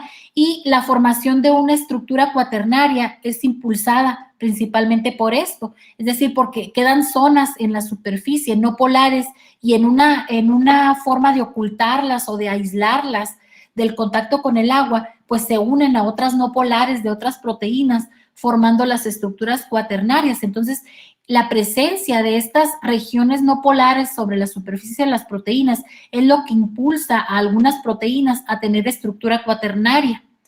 Y bueno, la interacción a través de zonas hidrofóbicas entre los monómeros adyacentes, pues da lugar a la formación de dímeros, tetrámeros, etcétera, ¿verdad? La estructura cuaternaria. Y bueno, son interacciones no covalentes, también puede haber puentes de hidrógeno, interacciones hidrofóbicas, interacciones electrostáticas. Y bueno, las proteínas de los cereales suelen tener más del 35% de aminoácidos hidrofóbicos, por lo que es muy común que se presenten en formas oligoméricas, las de los cereales.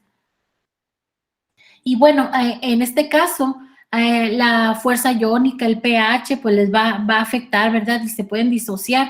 Vamos a ver más adelante en los factores que afectan a la desnaturalización y todas esas fuerzas intramoleculares que estabilizan a las estructuras terciarias que les afectan. Y bueno, las fuerzas implicadas en la conformación y estabilidad de la estructura de las proteínas. Permítanme. Bueno, en este caso, como decíamos ahorita, la estructura nativa de las proteínas, que es la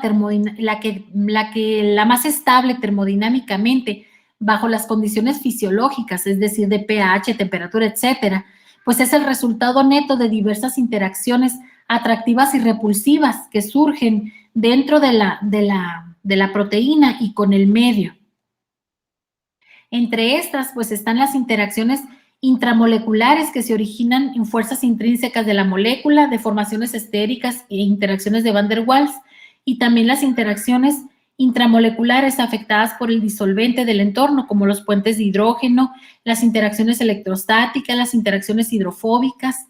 Sí, en pocas palabras, esta estructura terciaria que toman las proteínas es el resultado de varios de las interacciones entre los grupos R de los aminoácidos que forman esta cadena polipeptídica. Recuerden que el grupo carboxilo y el grupo amino de los aminoácidos no están disponibles, están formando puentes de hidrógeno. Claro que están formando enlaces peptídicos, ¿verdad? Pero acuérdense que los segmentos que tienen estructuras secundarias como alfa hélice o beta plegada, esos segmentos, el grupo carbonilo y el grupo NH, están formando puentes de hidrógeno. Aquí vienen las características de las deformaciones estéricas de Van der Waals, pero me voy a saltar y qué valores tienen, ¿verdad? En magnitud. Me voy a saltar un poco acá para que veamos todo esto viene resumido acá. Aquí, si se fijan, esta es la estructura terciaria de una proteína, ¿verdad? Todos los tipos de enlaces que puede haber. Por ejemplo, ¿qué va a hacer la proteína? En la parte interna va a tener la mayor parte de los aminoácidos no polares van a estar en la parte interna y van a interactuar entre ellos a través, a lo mejor, de interacciones hidrofóbicas, ¿verdad? Por ejemplo, ejemplos estas, pero van a haber regiones, por ejemplo, de alfa hélice donde tenemos puentes de hidrógeno que están estabilizando esta parte. En la parte externa, la proteína generalmente va a estar en un ambiente acuoso, en los alimentos en general, y en los organismos vivos. Entonces, hacia la parte externa, las proteínas orientan los grupos polares y que puedan formar puentes de hidrógeno o que tengan cargas, ¿verdad? También no quiere decir que en la parte interna no puede haber puentes salinos. Por ejemplo, aquí hay una interacción iónica, ¿verdad? Entre un grupo amino y un grupo carboxilo. Están uniéndose a través de un puente salino, una interacción electrostática. Aquí tenemos sí estamos de acuerdo que estos grupos son los grupos R del aminoácido. El aminoácido está unido aquí, ¿verdad? Aquí tenemos el grupo carboxilo, el grupo amino, los enlaces peptídicos, ¿verdad? Y lo que estamos aquí viendo en esta parte son los grupos R de algunos aminoácidos que están interactuando y que le dan, finalmente son los que permiten que la proteína tenga esa estructura y esa estabilidad. Si nosotros rompemos este tipo de interacciones, lo que va a pasar es que la proteína se va a desplegar y va a quedar como un collar extendido, vamos a suponer, ¿verdad? Que es eso precisamente lo que pasa durante la desnaturalización de las proteínas. Por ejemplo, aquí tenemos lámina beta, a lo mejor es un segmento de lámina beta, bueno, sí, de hecho, lámina beta plegada, los enlaces disulfuro que estabilizan también. Aquí tenemos puentes de hidrógeno. Entonces, podemos ver los diferentes tipos de interacciones dentro de la molécula y obviamente que esta molécula afuera va a tener grupos R orientados que están formando puentes de hidrógeno o interacciones ion-dipolo con las moléculas de agua que están en el exterior. Entonces, ¿qué pasa cuando se desnaturaliza una proteína? ¿Qué significa desnaturalizar? Desnaturalizar es perder su forma natural o nativa. ¿Qué pasa? Si hay estructura cuaternaria, se pierde la estructura cuaternaria. Se pierde la estructura terciaria, es decir, se rompen la mayoría de este tipo de interacciones y hace que se vaya desplegando, que se vaya extendiendo. Imagínense esta listón amarillo, pero extendido, ¿verdad? Eso es lo que pasa cuando se desnaturaliza. Entonces, se pierde la estructura terciaria, se pierde la estructura secundaria, es decir, la alfa hélice, se rompen los puentes de hidrógeno, la beta plegada, pero no se liberan aminoácidos, no hay hidrólisis de aminoácidos. Entonces, haciendo otra vez, recalcando, la desnaturalización implica la pérdida de la estructura terciaria, secundaria, cuaternaria, si la hubiera, pero no de la estructura primaria. ¿Cuándo se perdería una estructura primaria? Cuando hay una hidrólisis, cuando se rompen los enlaces peptídicos y se liberan los aminoácidos, ¿verdad? Ya sean péptidos, dipéptidos, tripéptidos. Eso ocurre solamente en condiciones de ácido y temperaturas, etcétera, o por enzimas, por las proteasas. Entonces, las proteasas, ojo con esto, las proteasas no desnaturalizan enzimas. Las proteasas hidrolizan enzimas, rompen los enlaces peptídicos y liberan péptidos o aminoácidos, ¿verdad? Que eso sería lo que pasa pero claro, obviamente que una previa desnaturalización es necesaria para que las enzimas actúen mejor sobre los enlaces peptídicos. Déjenme checar. Sí, entonces, las interacciones hidrofóbicas, ¿qué pasa aquí? Bueno, lo que decíamos ahorita, ¿verdad? La tendencia de los grupos R no polares de una proteína a autoasociarse en presencia de un ambiente acuoso para minimizar el contacto, hace que tomen estas estructuras terciarias.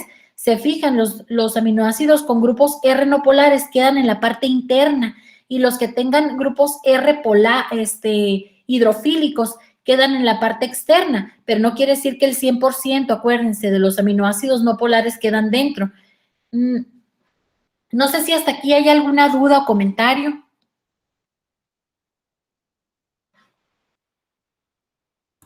No, maestra. ¿No? Maestra, Sí, dígame. la hidrolización también implica más nutrientes para, no sé, el alimento o algo así.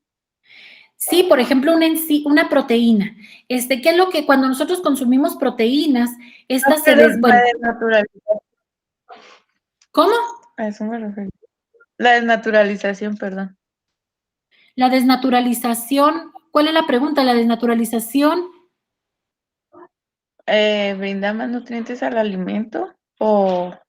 No, vamos a ver qué es la desnaturalización ahorita. Esto sería una desnaturalización. Esto, miren, aquí. Esta proteína sería la forma nativa. Imagínense esta flecha hacia acá. Aquí se despliega. Desnaturalizar una proteína en sí, vamos a ver que si se desnaturaliza para las enzimas, para que una proteína aporte nutrientes, tiene que hidrolizarse, tiene que liberarse los aminoácidos. Eso es lo que entra a las células y se metaboliza, ¿verdad? Entonces, las proteínas no se asimilan como tal así, tienen que desdoblarse y después esta, ya desnaturalizada, es atacada por enzimas que liberan los aminoácidos, los cuales ya se utilizan, ¿verdad? Entonces, si la pregunta es, ¿la desnaturalización de una proteína favorece el valor nutricional de la proteína? Sí. ¿Por qué? Porque hace que se despliegue y que las proteasas puedan tener acceso a los enlaces peptídicos, liberar los aminoácidos mejor. Es para una proteasa, una enzima, es más fácil cortar y liberar aminoácidos en una estructura más o menos extendida que le permite tener acceso a los enlaces peptídicos que una estructura así, nativa. Entonces, por eso en la mayoría de los alimentos, las proteínas deben tener cierta desnaturalización para que aumente su biodisponibilidad. No sé si me expliqué o si contesté tu pregunta. Sí, maestra, sí la ¿sí? contestó. O sea, Muchas la gracias. desnaturalización en sí no es la que eleva el valor nutricional, es que permite que las enzimas corten la proteína y liberen los aminoácidos, ¿verdad? Entonces, si la pregunta es, ¿se requiere una desnaturalización de la proteína para una mejor asimilación de esta? Sí, sí, pero no, vamos a ver más adelante que no una desnaturalización severa, porque si es muy severo, lo que va a pasar es que las proteínas se van a empezar a agregar entre ellas, lo que pasaba con los carbohidratos, ¿se acuerdan? Que pierden contacto con el agua y se empiezan a agregar entre ellos y se insolubilizan, se pueden precipitar, forman regiones donde no tienen acceso las enzimas. Entonces, sí, una desnaturalización, hasta cierto punto es buena para la digestibilidad o para aumentar el valor nutricional de las proteínas. Por ejemplo, en el huevo, mucha gente tiene la idea de que, bueno, el huevo no se debe consumir crudo por cuestiones microbiológicas, ¿verdad? Que puede tener patógenos y todo eso. Pero suponiendo que no tiene patógenos, tampoco es conveniente consumirlo crudo. ¿Por qué? Porque las proteínas no están desnaturalizadas lo suficiente como para que las proteasas, nuestras proteasas o enzimas que hidrolizan las proteínas, las puedan digerir bien o las puedan hidrolizar bien. El ácido del estómago medio las desnaturaliza, pero es mejor un tratamiento térmico para que estén desnaturalizadas y se digieran mejor. Entonces, todo lo que le facilite a las enzimas trabajar va a ser bueno para el valor nutricional, ¿verdad? O sea, a la enzima le facilita si nosotros la desdoblamos previamente la proteína para que le demos acceso a cortar y liberar más fácilmente los aminoácidos, que son finalmente los que nuestras células asimilan, ¿verdad? No la proteína entera. Entonces, todo aquello que obstaculice el trabajo de las enzimas, en este caso las proteasas, pues va a ser problema, ¿verdad? Por eso la carne, el huevo, todas las proteínas será mejor si tienen cierto grado de desnaturalización, se asimilan mejor o el valor, la biodisponibilidad es mejor, ¿sí? Entonces, de esto, bueno, otro tipo de enlaces que son muy importantes en la estabilidad de las proteínas son los enlaces disulfuro.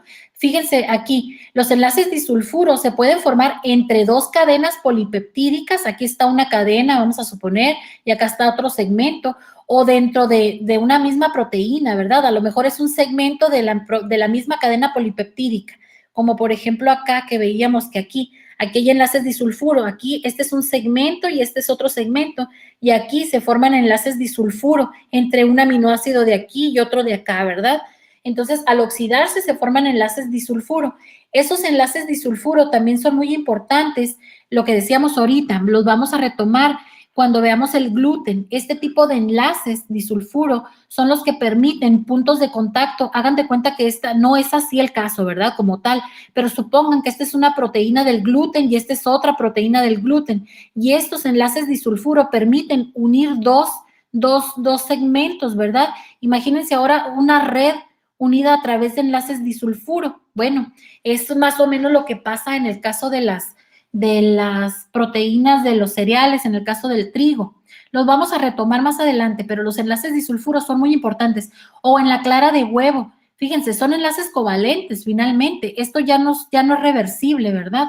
A menos que se agregue un agente reductor.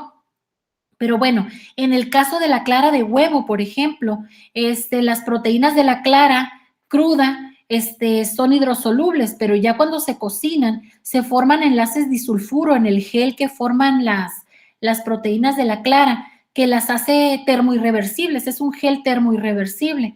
También hay mezclas de proteínas que contienen cistina, ¿se acuerdan la cistina que tenía enlaces disulfuro y restos de cisteína? Y pueden sufrir reacciones de intercambio tiol-disulfuro. Este es un grupo tiol y este es un disulfuro. Y por este tipo de reacciones se dan reticulaciones. Esta era una proteína, esta era otra, reaccionan y ya quedan reticuladas o formando un punto de unión, que esto es muy importante en el caso de las masas para pan. Ahora bien, hasta aquí ya vimos en general los tipos de los aminoácidos, principales características, las estructuras primaria, secundaria, terciaria y cuaternaria y los tipos de interacciones que estabilizan esas estructuras. Vamos a pasar a un término que es muy importante en ciencia y tecnología de alimentos y en otras áreas, ¿verdad? pero nosotros estamos en el área de alimentos. Esto, así como las reacciones de oscurecimiento de Maillard, caramelización, eran clave en el tema de carbohidratos, aquí el tema de la desnaturalización proteica también es clave, este fenómeno. ¿Por qué? Por todas las implicaciones que tiene en los alimentos, para bien y para mal, como siempre, ¿verdad? Muchas veces pensamos que la desnaturalización de las proteínas es algo muy malo, o en general, muchas veces cuando leemos artículos o vemos, leemos capítulos de libros, hablan sobre hay que cuidar que las proteínas no se desnaturalicen porque ya no van a servir o ya no van a estar solubles o van a precipitar o van a causar muchos problemas. Pero como ahorita comentaba nuestra compañera, ¿verdad? No necesariamente. En cuanto al valor nutricional o al aspecto nutricional, se requiere cierta desnaturalización de las proteínas para una mejor asimilación o una mejor digestión o una mejor hidrólisis por las proteasas. O también vamos a ver nosotros que las proteínas son buenas para estabilizar espumas o para estabilizar emulsiones, y para ello, para manifestar ese tipo de propiedades funcionales, requieren cierta desnaturalización. Pero entonces, antes de ver esto, vamos a ver, bueno, ¿qué es la desnaturalización, verdad? ¿Qué implica?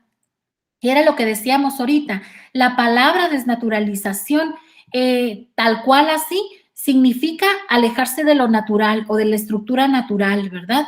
Y bueno, es la transformación de la estructura nativa, de la estructura tridimensional, secundaria, ordenada, estabilizada por puentes de hidrógeno, por puentes salinos, enlaces disulfuro, todo eso que veíamos que estabiliza la estructura terciaria, por factores que vamos a revisar más adelante, que pueden ser físicos o químicos, se pueden romper ese tipo de enlaces y hacer que la proteína se despliegue. Prácticamente eso es la desnaturalización, es ir de la estructura terciaria y secundaria a una estructura primaria, ¿verdad? Claro, hay varios grados de desnaturalización, no quiere decir que va a quedar como un listón, ¿verdad? Cuando se desnaturaliza una proteína, una sola cadena de aminoácidos, pero en algunos segmentos sí puede tener, depende del grado de naturalización, se van a ir perdiendo ese tipo de atracciones que veíamos ahorita entre los grupos R que estabilizan a la estructura terciaria. Por ejemplo, aquí tenemos un segmento en la proteína normal, en la proteína nativa. Aquí tenemos un segmento de alfa hélice, ya vimos ahorita, estabilizado por puentes de hidrógeno. Ya sabemos cómo se forma la alfa hélice y qué la estabiliza. Bueno, cuando se desnaturaliza, fíjense, aquí ya se perdió esa estructura de alfa hélice. O, por ejemplo, tenemos lámina beta, a lo mejor en algún segmento. Acá se perdió cuando se desnaturaliza. ¿Qué quiere decir? Que los puentes de hidrógeno, algo hizo que los rompieran o algo los rompió, los desestabilizó, ¿verdad? O, por ejemplo, a lo mejor tenemos una carga, un puente iónico, ¿verdad? Un grupo negativo con un grupo positivo se están atrayendo en algún segmento aquí de la cadena de la proteína. Si se fijan acá, algo hizo acá que se rompiera, que se neutralizaran esas dos cargas y se perdiera la atracción, a lo mejor, ¿verdad? Entonces, la desnaturalización, ¿qué es? Implica, dice, transformación de la estructura nativa y ordenada de las proteínas formada en condiciones fisiológicas, porque acuérdense que esta estructura finalmente, ¿por qué tiene esta estructura terciaria la proteína?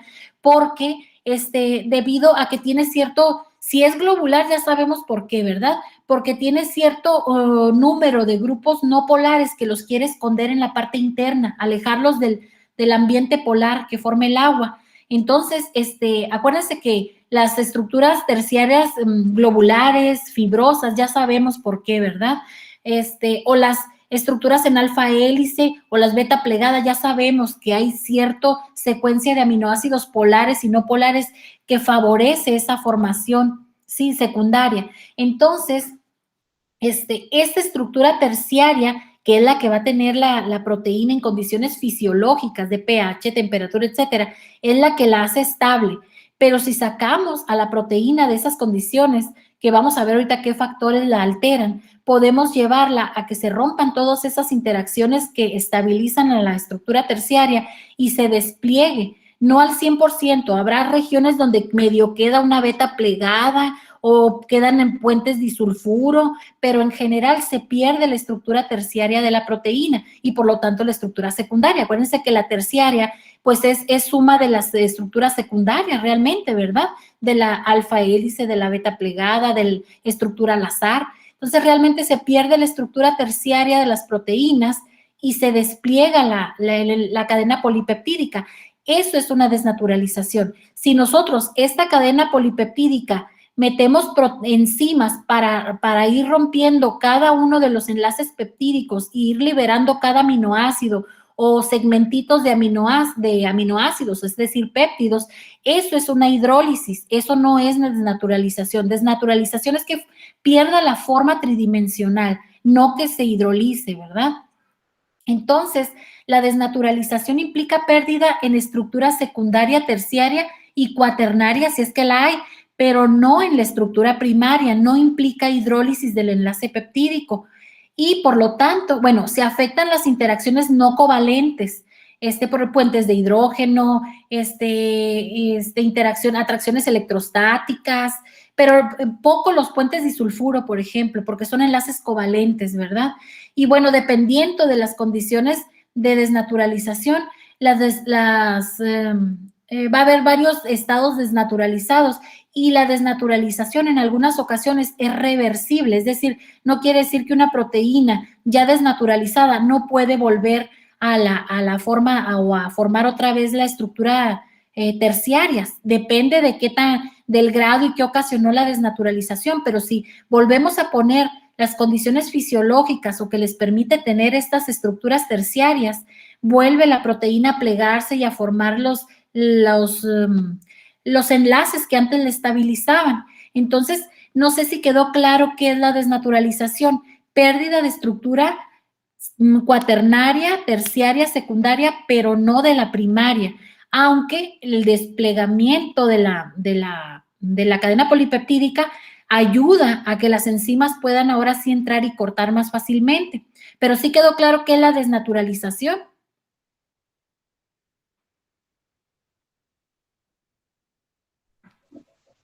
Sí. Sí. Bueno, chicos, entonces, los efectos de la desnaturalización en los alimentos, de la desnaturalización de las proteínas en los alimentos, pueden ser negativos y positivos, ¿verdad? Dependiendo del alimento y del proceso en general. Por ejemplo, las enzimas, uno negativo es que las enzimas, que finalmente son proteínas biológicamente activas, pierden su actividad al desnaturalizarse. Acuérdense que a lo mejor esto podría ser una enzima y hay ciertos segmentos de la proteína que tienen actividad catalítica, que sería el sitio activo donde se va a unir el sustrato. Entonces, si esto se despliega, pues se pierde el sitio activo, por lo tanto, la actividad de la enzima. Eso sería un efecto negativo si nuestro objetivo es mantener activas las enzimas, pero en ocasiones lo que queremos, al contrario, inactivar a las enzimas, porque las enzimas generan proteólisis, hidrólisis de polipéptidos, de polisacáridos, oscurecimiento. Entonces hay muchos efectos que a lo mejor no nos convienen, ¿verdad? En el caso de las enzimas, y en ocasiones queremos inactivarlas o desnaturalizarlas con calor o cualquier otro tipo de agente, ¿verdad? O, por ejemplo, una desnaturalización muy severa puede ocasionar insolubilización y pérdida de algunas propiedades funcionales de las proteínas. Vamos a ver más adelante por qué insolubilización. Este es un problema en el caso de las proteínas del suero de leche, que las vamos a utilizar, por ejemplo, para hacer polvos, todos esos polvos que después se tienen que reconstituir con agua o con leche.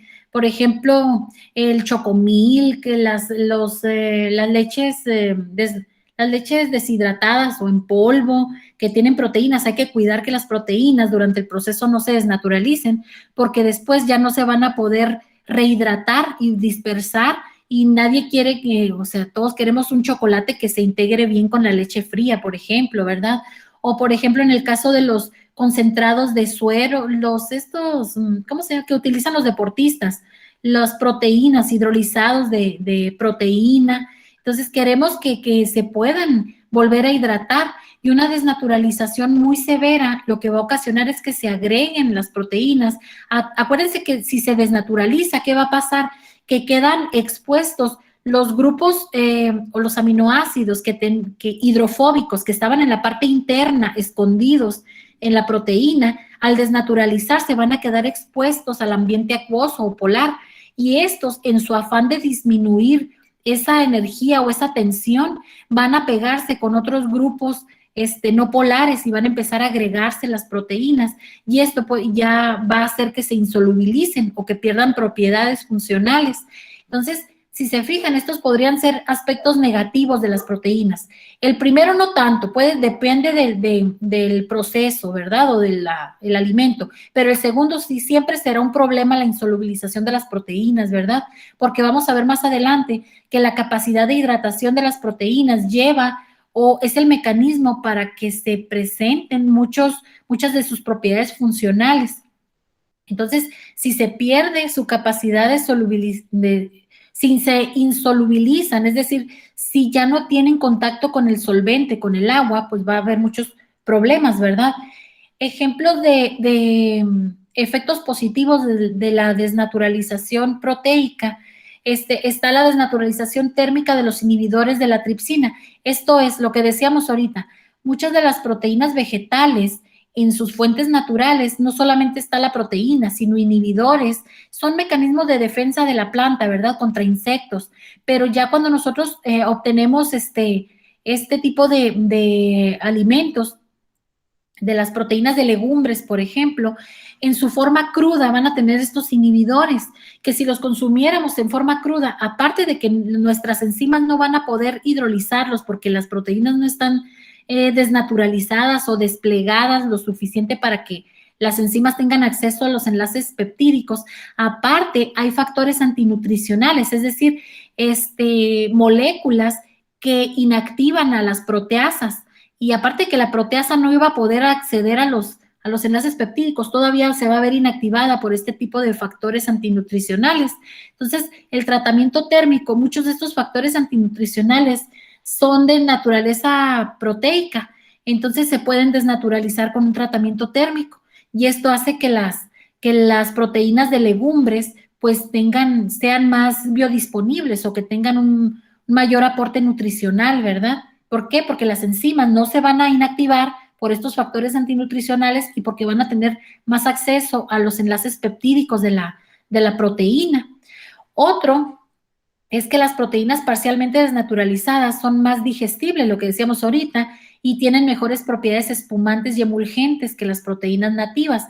Esto lo vamos a ver ahorita. ¿Qué son las espumas y qué son las emulsiones? Y por qué las proteínas estabilizan las espumas y también las emulsiones, ¿verdad? Y esto es muy importante en muchos alimentos. Y bueno, la desnaturalización térmica es un requisito previo para la gelificación de proteínas alimentarias inducidas por el calor, como por ejemplo en el caso de la gelatina, ¿verdad? O los geles, o sea, acuérdense que los geles que son redes tridimensionales, generalmente formadas por polímeros. ¿Se acuerdan que en el caso de los polisacáridos tenían que ser lineales o no ramificados para que tuvieran segmentos donde se puedan acoplar varias cadenas de polisacárido, en ese caso, para unirse y formar puntos de reticulación o puntos de unión? En este caso, en las proteínas, pues también necesitamos que se desplieguen para que puedan quedar como listones, ¿verdad? Y formar una red donde quede atrapada el agua. Entonces, los agentes desnaturalizantes, esto es muy importante. Muchas veces decimos, es que la temperatura desnaturaliza la proteína, pero ¿cómo actúa la temperatura, verdad? Exactamente qué le hace a las proteínas a modo de que se desplieguen, si es buena, en qué rangos se desnaturalizan, si siempre una temperatura elevada desnaturaliza. A lo mejor hay proteínas que se estabilizan con temperaturas elevadas, de hecho las hay, o proteínas ¿y de qué depende, verdad? Bueno, porque unas proteínas, al contrario, se estabilizan a temperaturas elevadas y se hacen menos susceptibles a la desnaturalización. Bueno, acuérdense que el reflejo, finalmente las propiedades de una proteína es el reflejo de la suma de las propiedades de sus aminoácidos. del tipo de aminoácidos y la secuencia, porque a lo mejor en la cadena polipeptídica los primeros 100 aminoácidos son no polares, y vamos a suponer, ¿verdad? Obviamente que no, y los siguientes son iónicos, entonces eso hará, como vimos ahorita, que la proteína tome cierta estructura secundaria, cierta estructura terciaria, va a tener ciertas propiedades y también va a ser propensa a ciertos agentes desnaturalizantes. Entonces, físicos, bueno, los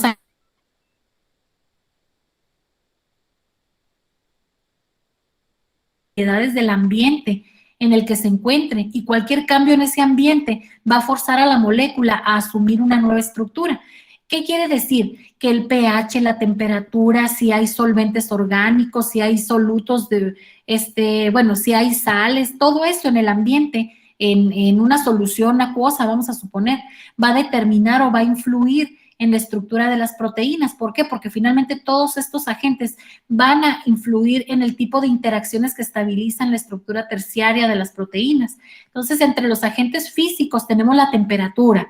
Ojo con eso, vamos a revisar, no solamente las temperaturas elevadas desnaturalizan, también las temperaturas bajas desnaturalizan algunos tipos de proteínas. Vamos a ver de qué depende eso. La presión hidrostática. Hemos visto, bueno, este es un nuevo método de procesamiento. El procesamiento a altas presiones, ¿verdad? Así como hay métodos térmicos para el procesamiento de alimentos, hay métodos no térmicos o alternativos, el uso de ultrasonido, el uso de pulsos luminosos, de UV también, y entre todos esos métodos no térmicos está el uso de presión hidrostática, altas presiones hidrostáticas, ¿verdad? Bueno, este también va a tener un efecto sobre la desnaturalización de las proteínas. Vamos a suponer que no quiero usar métodos térmicos, ¿verdad? Porque van a afectar a la calidad del alimento, pero habrá que investigar qué efecto va a tener este tipo de proceso no térmico sobre los demás componentes del alimento, y en este caso vamos a revisar la presión hidrostática y el efecto que tiene en la desnaturalización de las proteínas. El esfuerzo mecánico severo, el que se da durante el amasado, durante, ¿qué otra cosa? El batido. Acuérdense, los que ya llevaron tecnología de carnes, por ejemplo, cuando ponen las carnes en el cúter o en donde se forma la emulsión cárnica, ¿qué es lo que hacen? Ponen la carne, pero ponen agua en forma de hielo. ¿Por qué? Porque las temperaturas elevadas, la fricción mecánica y las temperaturas que se podrían generar por la fricción, ¿verdad? La combinación de alta temperatura y esfuerzo mecánico muy severo pueden desnaturalizar a las proteínas y estas pierden sus propiedades, que en el caso de las emulsiones cárnicas, pues precisamente en lo que más influyen es en la formación de emulsiones. Acuérdense que una emulsión, aunque les dicen emulsiones cárnicas, no son 100% emulsiones, ¿verdad? Le llaman así porque aquí a las salchichas no solamente la carne y el hielo, hay que incorporar grasa para dar sabor y influir en la textura, y esa grasa tiene que quedar integrada en la masa, ¿verdad?